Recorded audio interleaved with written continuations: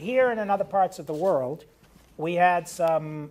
very large institutions that were relatively more stable, and then some very large institutions that were relatively troubled. So I don't think size was very well correlated with how vulnerable the particular firm was relative to others in the industry. I do think, though, that getting back to the agenda, which I hope people here and elsewhere will pursue, but I think this question of whether there is a tendency towards correlation of asset holdings in institutions above a certain size is a very important one, because if that suggestion in a number of papers holds up to further scrutiny,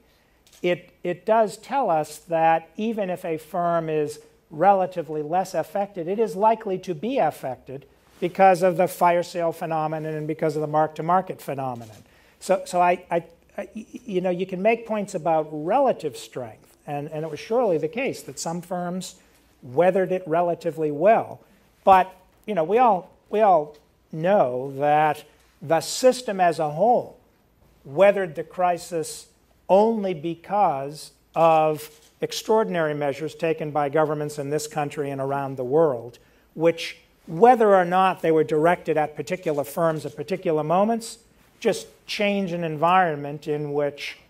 there was perceived liquidity and, in many instances, capital support for important firms, thereby placing a floor underneath what was for a while, and this was the case when I came in January 2009 to join Don, a very scary downward spiral.